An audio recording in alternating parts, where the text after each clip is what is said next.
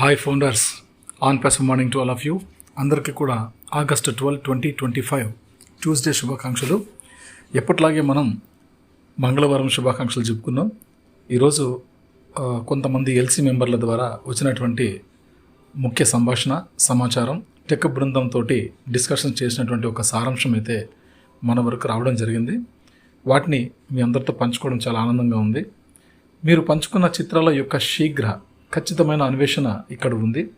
వాటిలో the new chapter of an passive, founders golden era అనే 100 నిమిషాల సంభాషణ స్క్రిప్ట్ ఉంది.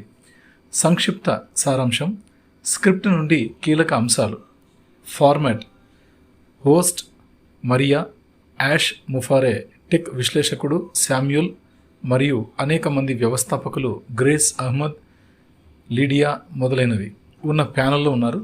ఓపెనింగ్ ఈవెంట్ను పునర్జన్మగా రూపొందిస్తోంది. కేవలం అప్డేట్ మాత్రమే కాదు, మొదట వ్యవస్థాపకులకు ప్రయోజనం చేకూర్చే కొత్త అధ్యాయం. 3 వ్యూహాత్మక మార్పులు, యాష్ ముఖ్యాంశాలు. మానిటైజేషన్ ఫ్లో, వేగంగా, పెద్దదిగా, మరింత ఆటోమేటెడ్గా తీర్చిదిద్దడం, అటువంటి అత్యాధునికమైనటువంటి టెక్నాలజీని పొందుపరచడం అనేది మానిటైజేషన్ ఫ్లో అని అంటారు. టెక్నాలజీ డెప్త్, ఉత్పత్తులలో ఏఐ పొందుపరచబడింది. ఇది మనం జాగ్రత్తగా గమనించాలి. మనం ఇదివరకే చాలాసార్లు చాలా ఆడియోలో మనం మాట్లాడుకున్నాం.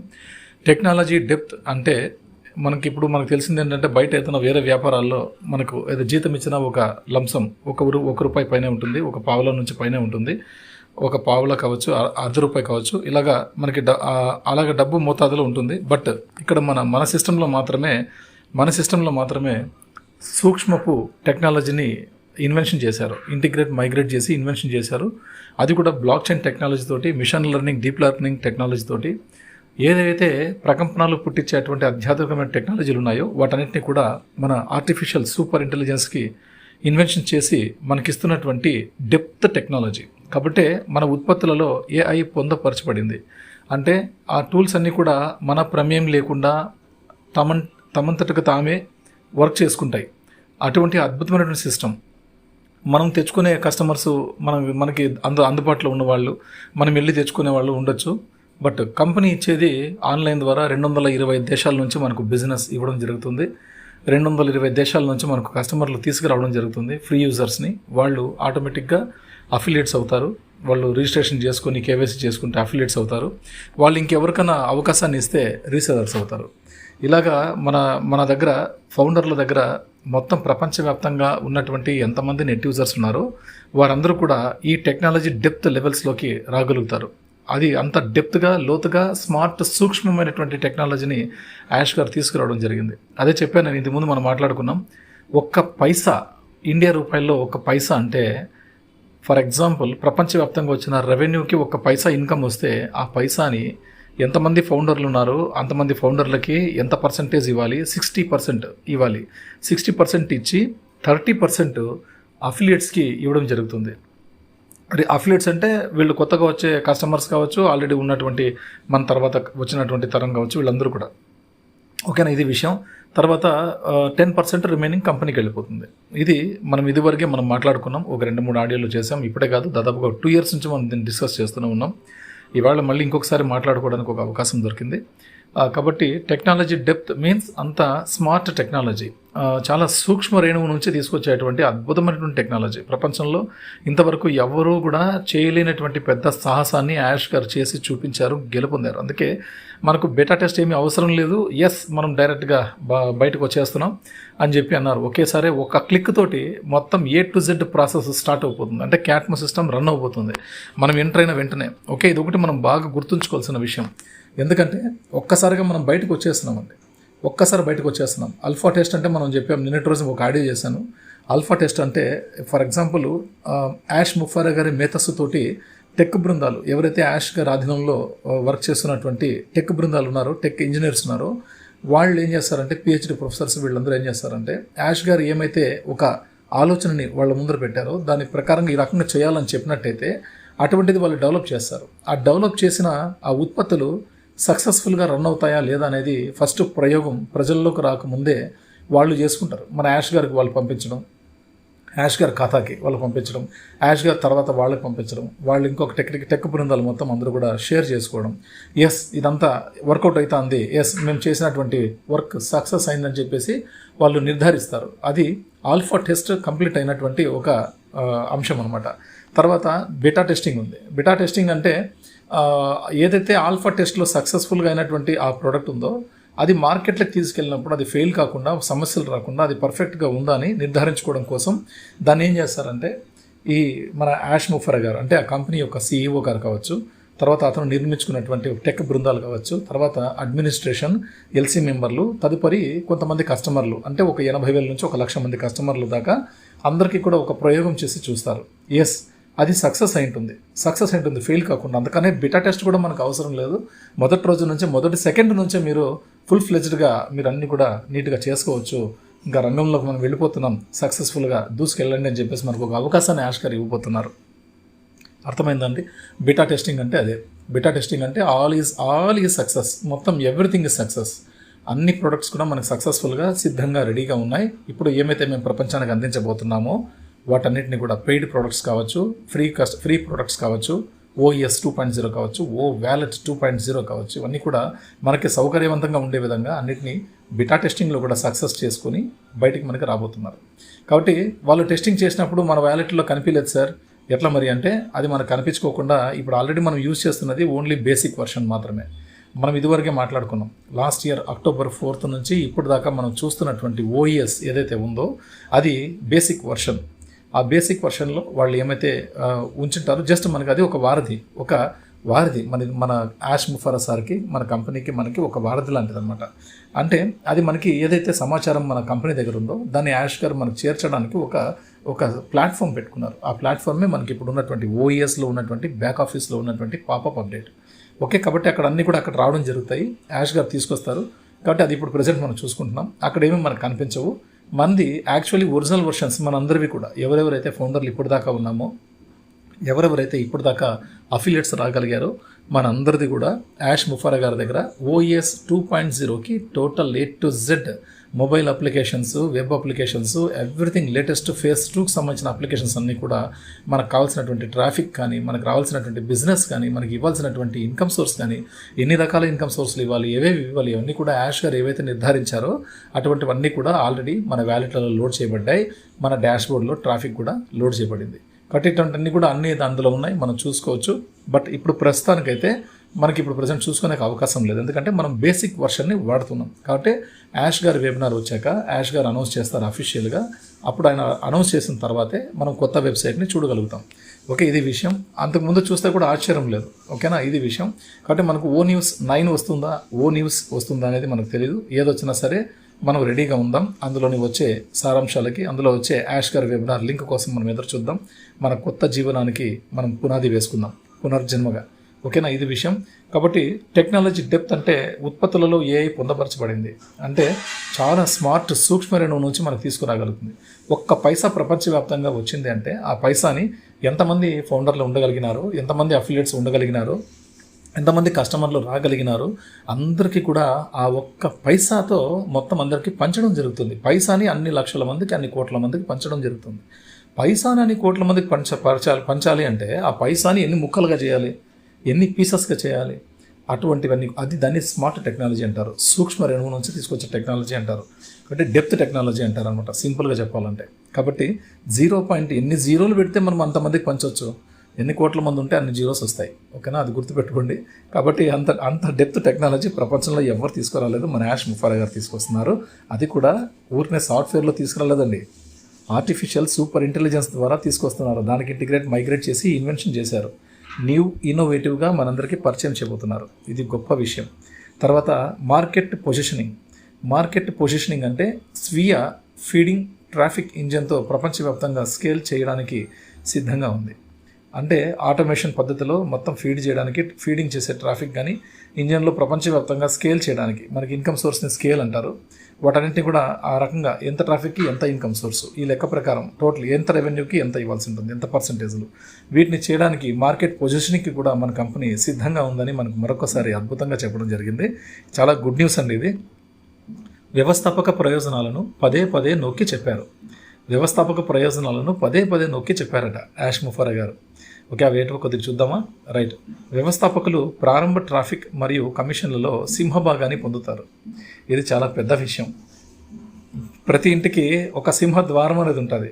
సింహద్వారం అంటే ఇంటికి మెయిన్ తొలి వాకిలి అంటాం. తొలి వాకిలి ఏదైతే ఉంటుందో దాన్ని సింహద్వారంగా భావిస్తారు. అంటే లెక్క పెట్టుకోండి, సింహద్వారం అంటే ఎంత గొప్పగా వర్ణనాతీతం అంటే అద్భుతం అండి అది.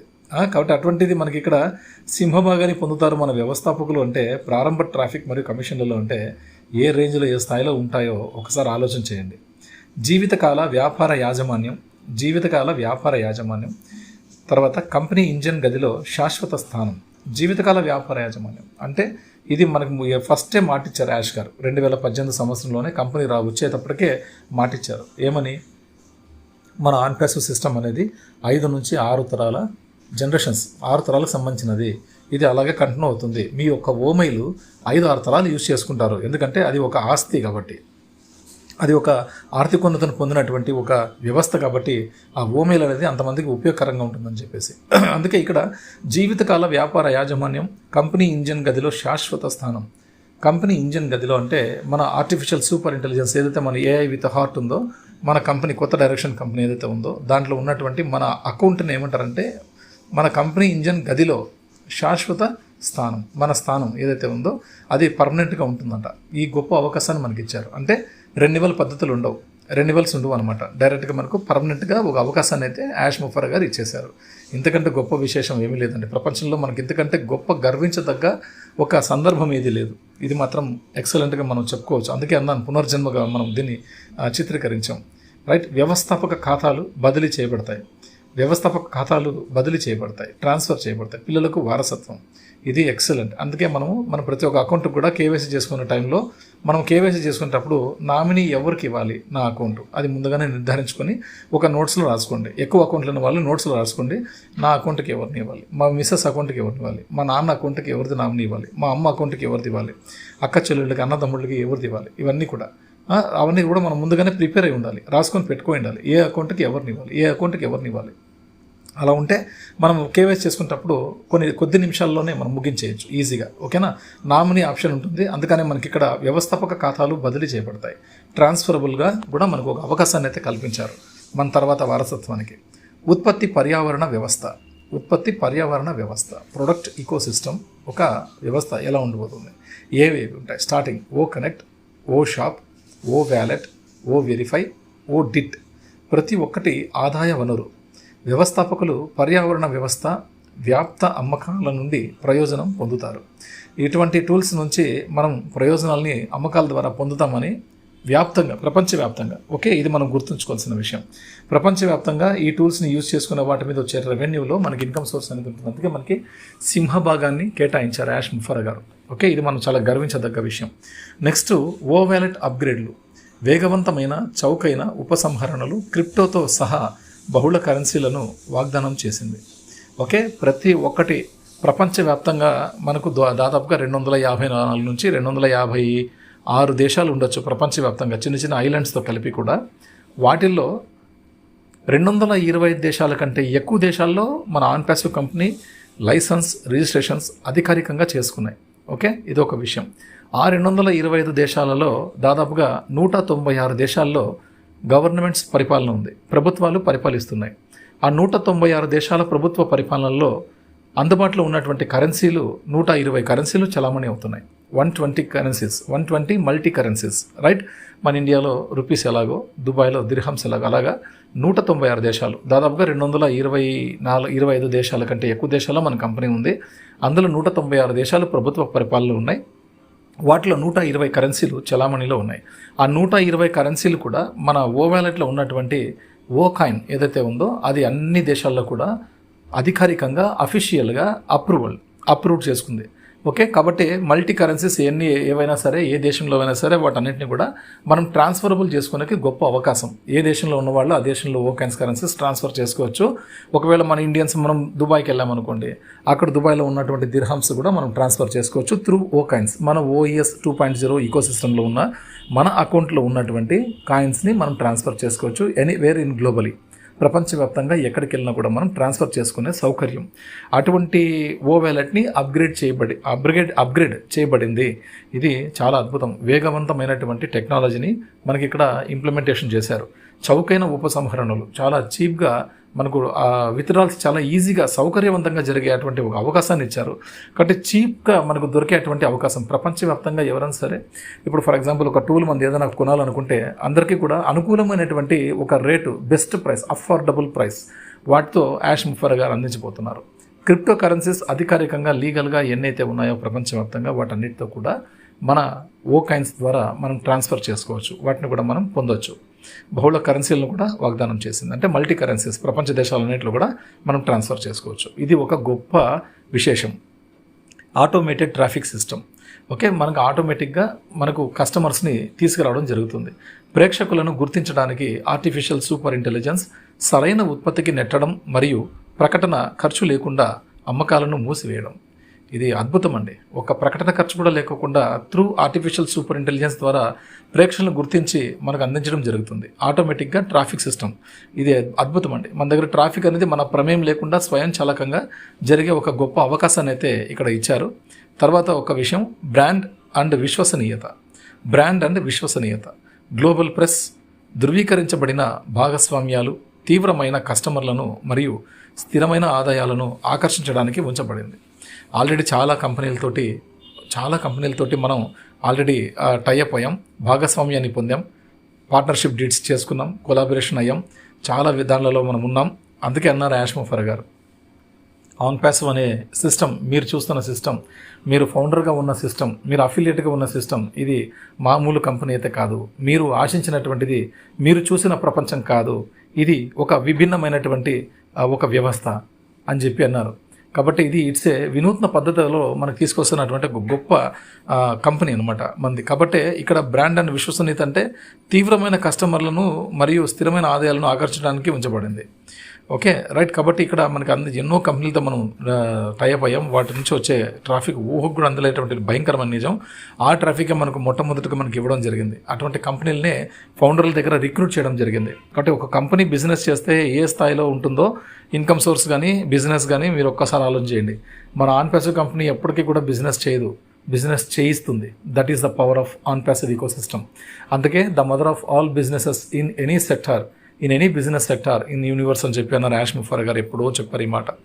శిక్షణ అండ్ మార్గదర్శకత్వం, సాధనాలను ఉపయోగించడం మరియు అధిక విలువైన డిజిటల్ నైపుణ్యాలను నిర్మించడం, వ్యవస్థాపకులకు నేర్పించే కార్యక్రమాలు, ఇట్లాంటివన్నీ కూడా మనకు నేర్పించడానికి, మనకు చూపించడానికి, గైడ్లైన్స్ ఇవ్వడానికి, ట్రైనింగ్ ఇవ్వడానికి మనకు అన్నిటికీ కూడా కొన్ని ఏర్పాట్లు అయితే అధికంగా చాలా విలువైనటువంటి డిజిటల్ నైపుణ్యాలు నిర్మించడం, వ్యవస్థాపకులకు నేర్పించే కార్యక్రమాలు ఇవన్నీ కూడా చేపట్టారంట.